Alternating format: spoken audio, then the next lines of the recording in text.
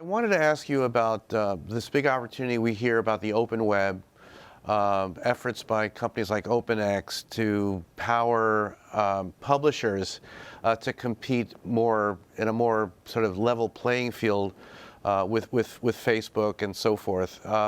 What's the opportunity for the publishers, SSPs like OpenX, and the work that LiveRamp is doing?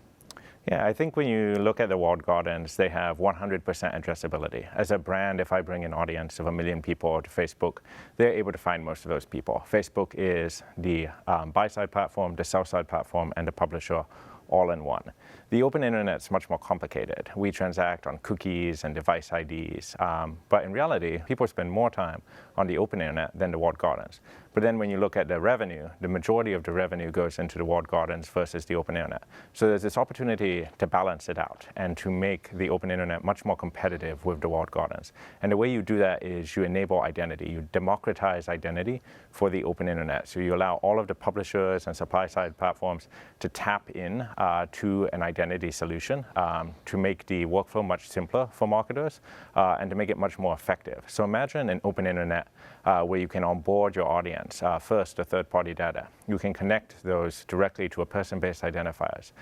You can match that directly to publisher inventory via an exchange. Then you can buy that off of a demand-side platform, and then you can measure it transparently. So we can actually make the open internet not only much more competitive with the walled gardens, but actually a much better buying experience. The walled gardens are all about a black box. Now, it's a black box that works, but it's a black box. The open internet could be 100% addressable and 100% measurable, and that's our goal.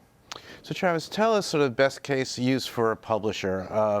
I'm a publisher, I have an advertiser-supported, free advertiser-supported scenario. How does a publisher make the move to have an identity graph, to work with, perhaps through an SSP, to work with LiveRamp? What's that journey look like and what's involved? Yeah, so publishers can start by working with partners who have access to identity graphs. So we work, for example, with OpenX to embed our identity link within their open audience solution, giving publishers access to the largest deterministic identity graph out there for the open internet. But publishers also can capture some of their own identity.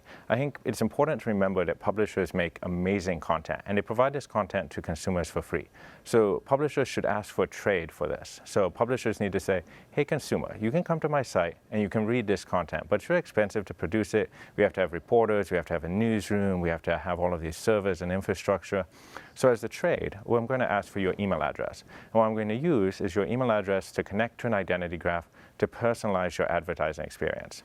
Now, you're going to get targeted advertising, but in exchange, you're going to get all of this free content. So publishers have the capability to own their first-party identity, and they need to do this. At the end of the day, this is what the walled gardens do. When I go to Facebook, the first thing it asks me for is my email address. Now, I give Facebook my email address because it's worth it to be able to connect with my friends.